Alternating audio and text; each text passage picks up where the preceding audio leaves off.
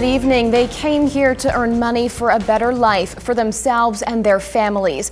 Now, 10 migrant farm workers from Latin America are dead, killed in one of the worst car crashes in the province's history.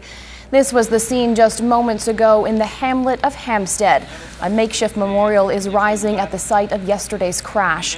Family members went to the scene to lay flowers, say prayers, and shed tears. By stark contrast, this was the scene last night and early this morning as body after body was taken away. The workers were in a van that collided with a truck on a county road near Stratford just before 5 p.m. The side of the van was completely sheared off, the vehicles sent careening off the road and into a house. Amazingly, 3 people inside the van did survive, a fact described by police as a miracle. But the driver of the truck was also killed, putting the total number of dead at 11.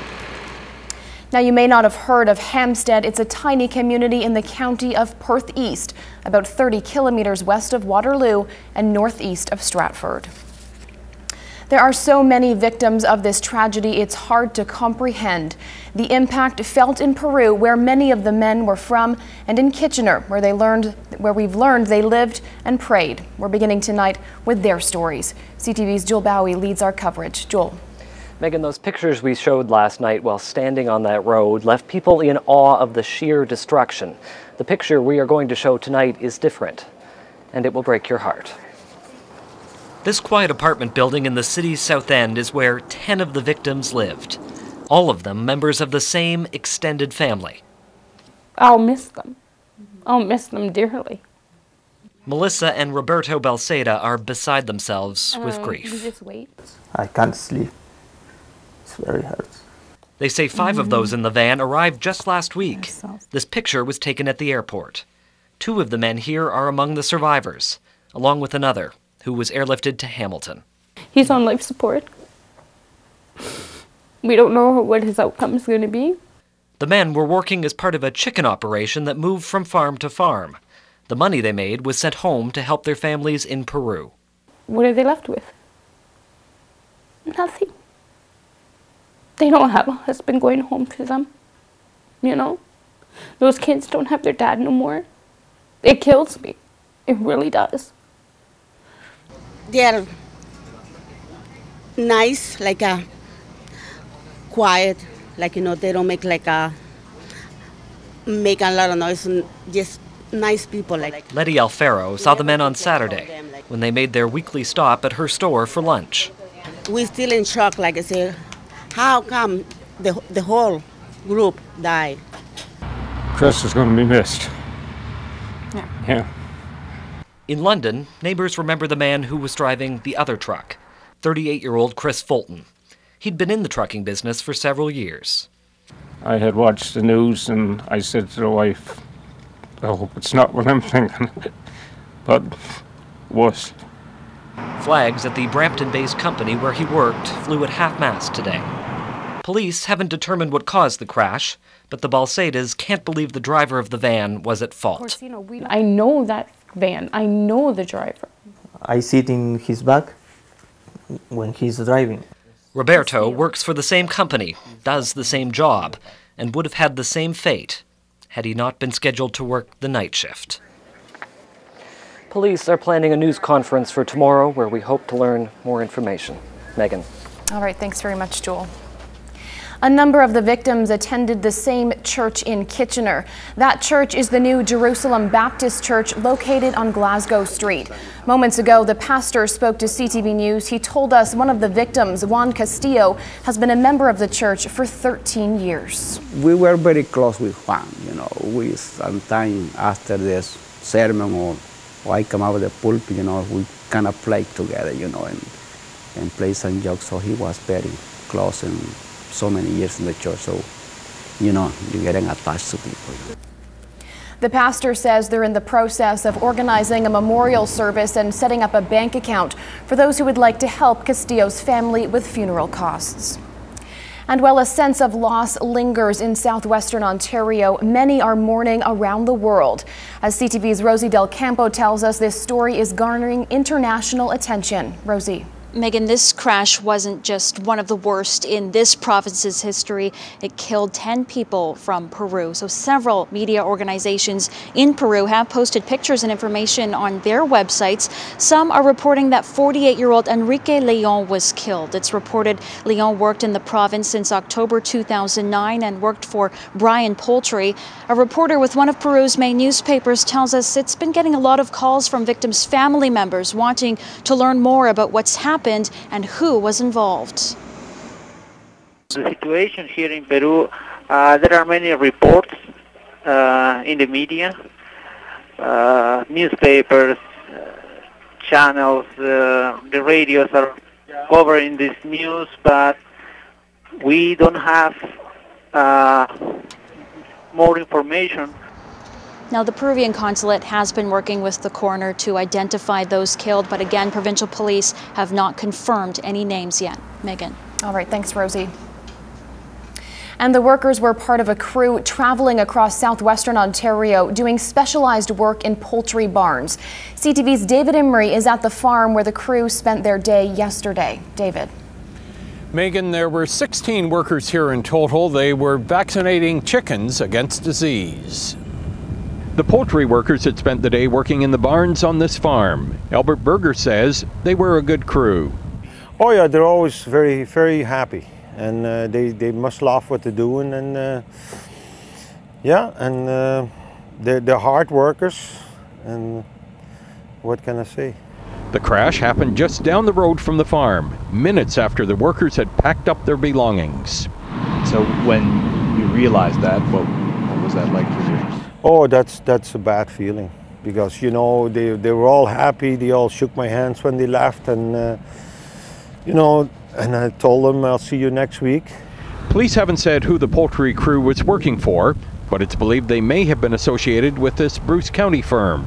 One of the largest poultry service firms in the province is Brian's of Mildmay. They are not commenting on this tragedy. Still nothing at this time. These were valued workers on this farm, some with a long work record here. Some guys been here, I bet I've seen them for 10 or 12 years already, like 2 or 3 guys, always the same. And I think they get new workers from South America every year, and they train them, and they work here for a number of years and then go back to the families. The workers were expected back here next week to help to move the chickens to another barn. Albert Berger says that he's really sorry that they won't be back. Megan? All right, thanks very much, David.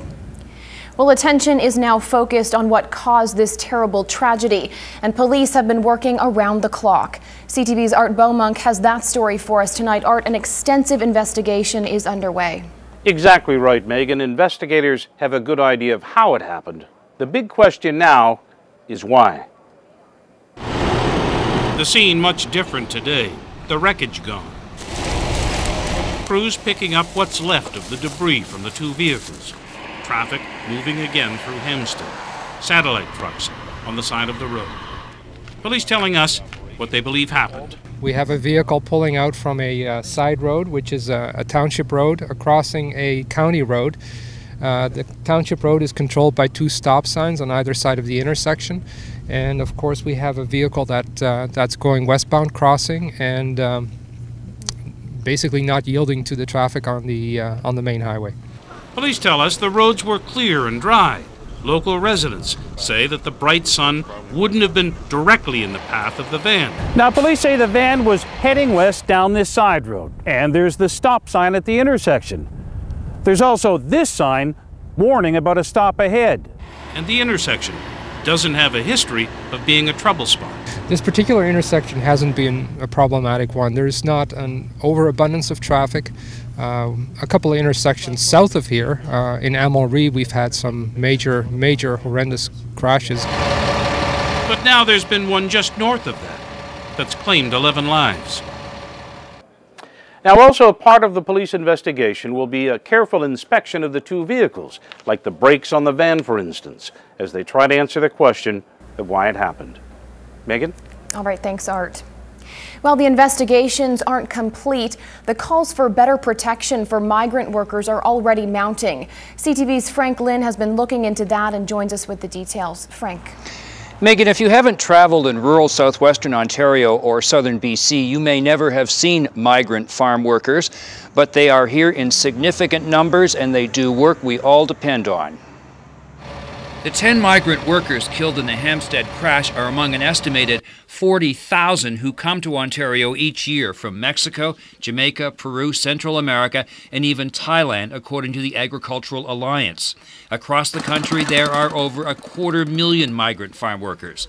They work in conditions the Alliance calls dangerous, deadly, and dirty, doing jobs most Canadians won't. They go into large barns with thousands of chickens and catch them, inoculate them, and get them ready to go to the poultry operations for the chicken that we eat every day. An advocate for migrant workers says he doesn't know the circumstances of the workers in Hampstead, but generally speaking, he says migrant workers lack protection under labor laws. Our concerns is this, that migrant workers who are tied to an employer cannot exert rights. There's always a fear of deportation. Ramsarup says too often temporary farm workers are packed into vans with dubious safety records and not enough seat belts. In New Brunswick today, the mothers of 2 boys killed in the crash of a similar van 4 years ago called the vans a death trap and demanded they be outlawed. The boys were among 7 team members from a New Brunswick high school basketball team who, along with the coach's wife, died when the 15-seater van went out of control and slammed into a truck on an icy road. The impact tore the van open, throwing the passengers onto the road. The author of a soon-to-be-released study on migrant workers says all levels of government have to address the lack of support for migrant workers. Particularly since a significant proportion, albeit the majority of agricultural migrant workers, come to Canada repeatedly year after year for an average of 9 to 10 years. Now, the advocates for the migrant workers and van safety admit they don't know all the details of what happened yesterday, but they want attention brought to the general issues surrounding their causes. Megan. So, Frank, what about the survivors? Are they covered by Ontario's health insurance? Well, Health Minister Deb Matthews says they are, provided they filled out their paperwork properly. Megan? All right, thanks, Frank. Meantime, in Ottawa, Federal Immigration Minister Jason Kenney expressed his condolences and reacted to questions about migrant transportation safety and working conditions as he made his way into question period. I don't know the situation except to express obviously profound condolences to the family members and loved ones of those who were killed in this terrible auto accident, and I'm sure that the responsible authorities, the Ontario Ministry of Transport and the local police, will be doing a full investigation to see what can be learned from it, and certainly would be interested to see anything that comes out of that. And this will go down as one of the worst road crashes in Canadian history. The deadliest happened in October 1997 when 43 people were killed near Quebec City. A tour bus of seniors lost control at a sharp turn and plunged down a 20-meter embankment. Only 7 people on board survived. Also among the worst, a huge pileup that happened in September 1999. 8 people died in a fiery collision near Windsor that involved 87 vehicles. Heavy fog was blamed. And another horrific crash near Shakespeare took place in September 1993. 6 young people died when their car hit a CN passenger train. Well, not to be forgotten in this tragedy are the first responders. Emergency crews are trained for the grim task of attending to serious accidents, but no one in Perth County expected they'd ever see a crash of this magnitude. CTV's Nicole Lampa rejoins the news team tonight. She's live at the fire station in Shakespeare. Nicole, how are firefighters and community members coping with this? Well, Megan, Township of Perth East is rallying together in light of this. Stress management teams are in place for everyone in the community. Fire crews raced to the scene and never expected to find such devastation. It's certainly something that no one ever expects to see something that much carnage. It was definitely a terrible scene. I've never seen that much damage in a motor vehicle collision before. With 11 dead bodies and twisted metal, community leaders were concerned how they would handle it. It's something that's going to be with these folks for a long time, and we are going to be continually monitoring the state of their emotional health, and so we will do whatever we can help for these people to get through this tremendous, terrific incident. After the first alarm, volunteer firefighters dropped everything to get to the Shakespeare Fire Station. They then zipped 10 kilometers north on Perth Road 107 to the scene, all within 10 minutes. Over a span of 11 hours, 19 volunteer firefighters plus EMS personnel from Perth County and OPP stayed on site to deal with the tragedy. It's a sight that will haunt many for some time. Firefighters are pretty tight-knit group of people, so they will deal with it amongst themselves. But we do bring in the experts to help them. They've seen a lot, and we're going to do our best to help them through this. Everybody copes in a different manner, so it's not a one-size-fits-all fix after seeing something like that. Now, as I mentioned earlier, stress management teams are in place for emergency crews who are dealing with the emotional trauma, but they are also available to anyone who has been affected by this tragedy. More information from Victim Services of Perth County can be found on our website. Megan. All right, thanks very much, Nicole. In other news, Maple Leaf Foods is closing another facility in southwestern Ontario, this time the Ayr Poultry Facility. CTV's Lee Boyajian is just back from Ayr. Lee, when is it closing? Megan, Maple Leaf Foods says May of this year. Employees tell us it will be May 18th, just a little over 3 months away. Any thoughts? Employees filed out of the Calvary Church on Northumberland Street just after 4 this afternoon, some visibly upset at the news. The 42,000 square foot facility will be closed in just a few months. In a release, Maple Leaf Foods says about 100 jobs will be lost. It's investing $6.5 million in the Mississauga and Brantford facilities as production is transferred to those operations. About 75 new jobs are expected to be created at the Mississauga facility, which is just one location. Maple Leaf hopes employees can find a new opportunity. We were committed to work with employees to find ways to ease their transitions. It's definitely difficult news for them to hear. We've committed to work with them on a variety of levels to try and help them with the transition. Sababathy says the decision to close this facility is not related to the Kitchener closure, as they are two different operations. However, with the Ayr plant closing sooner, he hopes some of the employees may be able to find temporary placements in Kitchener. Megan. All right, thanks, Lee. A big traffic mess in the heart of Kitchener this afternoon. A van and a car collided on Frederick Street near Lancaster mid-afternoon. The force of the impact toppled the van onto its side, but not before a stop sign and post were snapped off. The car had severe front-end damage. Airbags were deployed in both vehicles. An ambulance was called in, however, injuries were not serious. The City of Kitchener and Everest College have reached a settlement in a lawsuit over the cleanup of coal tar at the college's downtown Kitchener campus. Both sides in the dispute have signed a confidentiality agreement, so no terms of the deal have been released. Everest sued the city for $800,000, claiming its enrollment declined and it had to shut down for 2 weeks while thousands of tons of toxic sludge were cleaned up at the site. The coal tar was dumped by a former gas plant on the site dating back to the 1800s.